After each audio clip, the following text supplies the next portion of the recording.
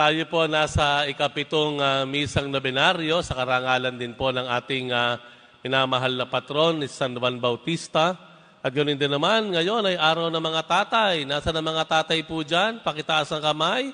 Palakpakan natin ang mga tatay, daddy, dad, ama. Ayan, at ngayon po ay tayo narito. Tinawag ng ating mahal na pong Jesus Nazareno para pagpalain tayong lahat upang tayo ay basbasan. Can we also bless one another? Pwede po ba sabihin nyo sa mga taong nasa tabi ninyo, nasa likod at nasa harapan? Sabihin po natin, God bless you. Ayan.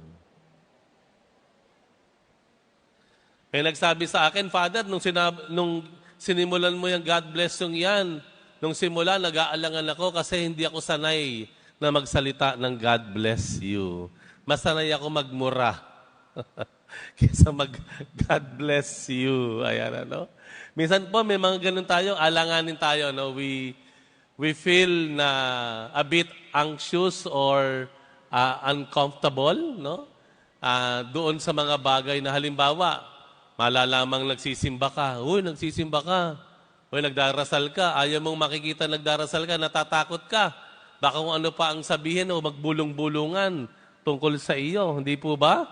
May mga takot tayo eh. Sino po ba dito walang takot? Taas ang kamay. Walang kinatatakutan, taas ang kamay. O, kita ninyo? Ako lang? Alam po ninyo, ay ang katotohanan po sa atin, ano? May mga kinatatakutan po naman talaga tayo, no? Even to be good, takot tayo. To be kind, takot tayo. Kasi natatakot tayo, baka ma-misinterpret tayo ng mga tao. Ilan pa sa mga kinatatakutan natin, takot tayong magkamali. Ayan, may ganon.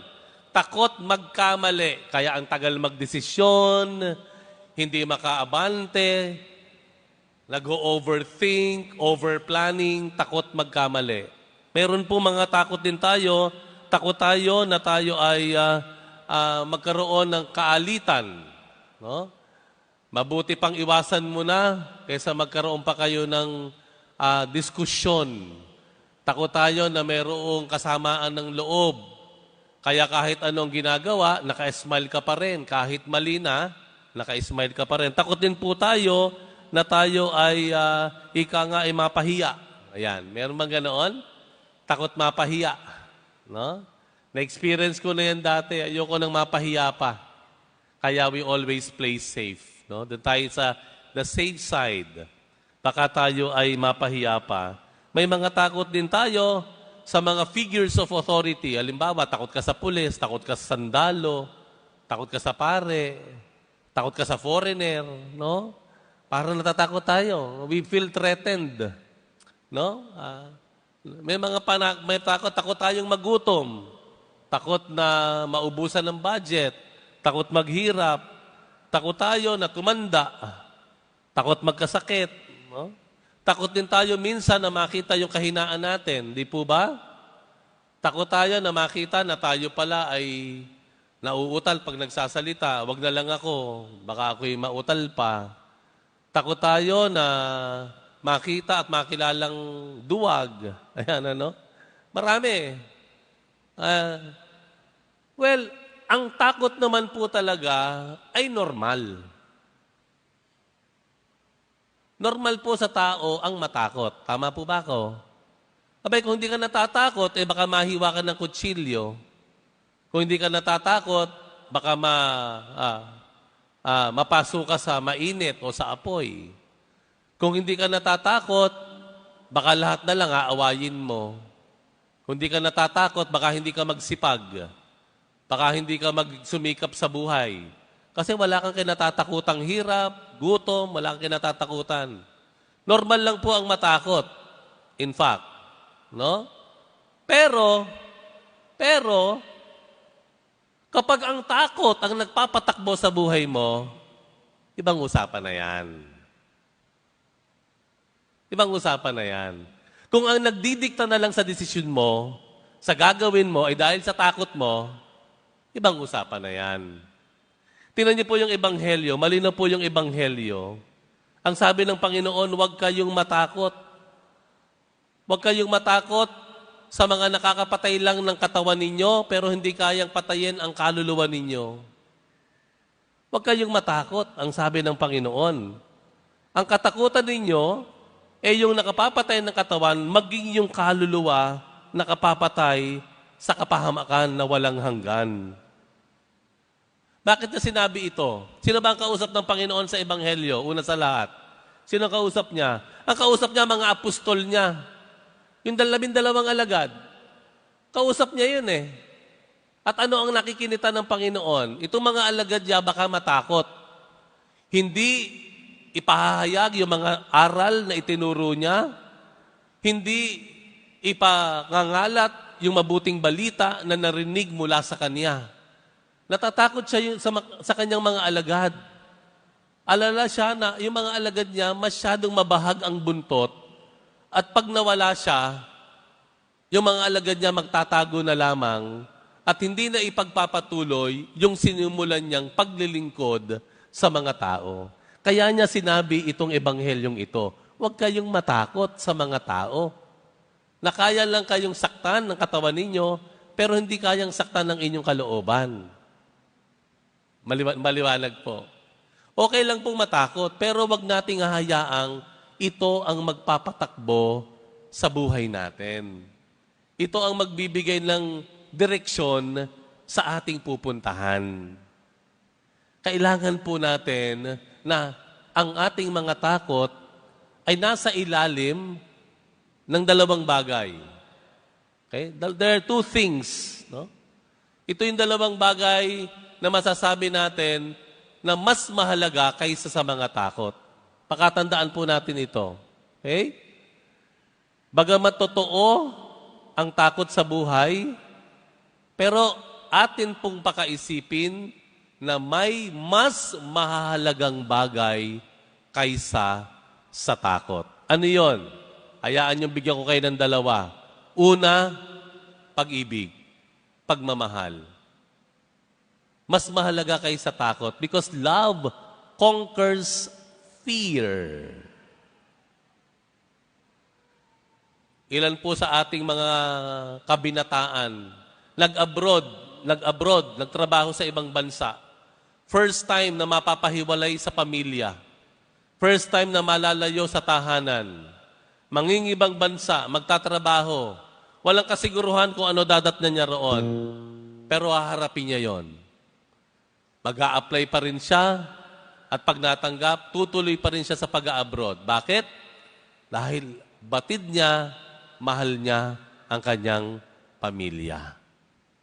Mahal niya ang kanyang mga magulang, ang kanyang mga kapatid, na kanyang itataguyod kahit pa walang kasiguruhan ang mangyayari sa iba yung dagat. Pagmamahal. Pagmamahal natin sa ating bansa. Kaya hindi na tayo matatakot. Natatakot ka magsalita? Natatakot ka mag-ipahayag ang katotohanan? Natatakot ba tayo? Matatakot ba tayo sa pagsasabi na kung ano ang nangyayari at dapat itama sa mundo? Hindi natin nahayaan na ito ay mangibabaw. Ang atin pong dapat pangibabawan ay ang ating pagmamahal sa bansa. Kaya hindi tayo natatakot magsalita. Kahit sino pa yan, kahit ano pa ang pwesto niyan sa gobyerno, kahit siya pang pinakamataas o makapangyarihan, magsasalita tayo. Bakit? Dahil mahal natin ang ating bansa. Mahal natin ang ating bayan na ipinamana ng Diyos sa atin. Because love conquers fear. Mas mahalaga ang pagmamahal. Hindi po ba ang Panginoong Jesus sa huling gabi bago siya mamatay, doon sa hardin ng Gethsemane, nananalangin siya nag-iisa. Ano ang sabi sa Ebanghelyo? Lumuluha siya. At ang kanyang luha parang dugong pumapatak sa lupa. Tao rin ang Panginoong Jesus at hindi malayong masabi nating natatakot din siya, nangangamba din siya kung ano ang kakahinatnanan niya sa kamay ng mga tao. kung ano yung kanyang tatanggaping mura, kung papaanong mga panlalait ang tatanggapin niya sa mga tao. Nakikinikinita niya ang kanyang mga alagad, ang kanyang mga matatalik na kaibigan. Iiwan siya, itatatwa siya. Nakikinikinita niya yung mga sugat na kanyang tatamuhin sa buong kanyang katawan. Nakikinikinita niya ang hirap na kanyang dadanasin habang nakabayubay sa krus.